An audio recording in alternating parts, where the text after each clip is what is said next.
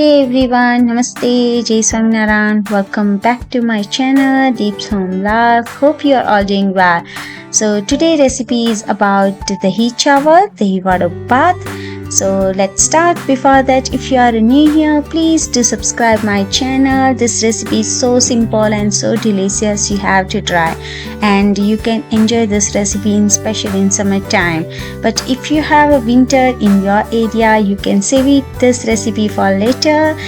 We have summer right now in South Africa, so that's why I'm sharing here. So for that we have to use cooked rice or leftover rice, egg curd, cucumber and jeera powder, salt, black pepper powder, green chili and fresh mint, fresh coriander leaves.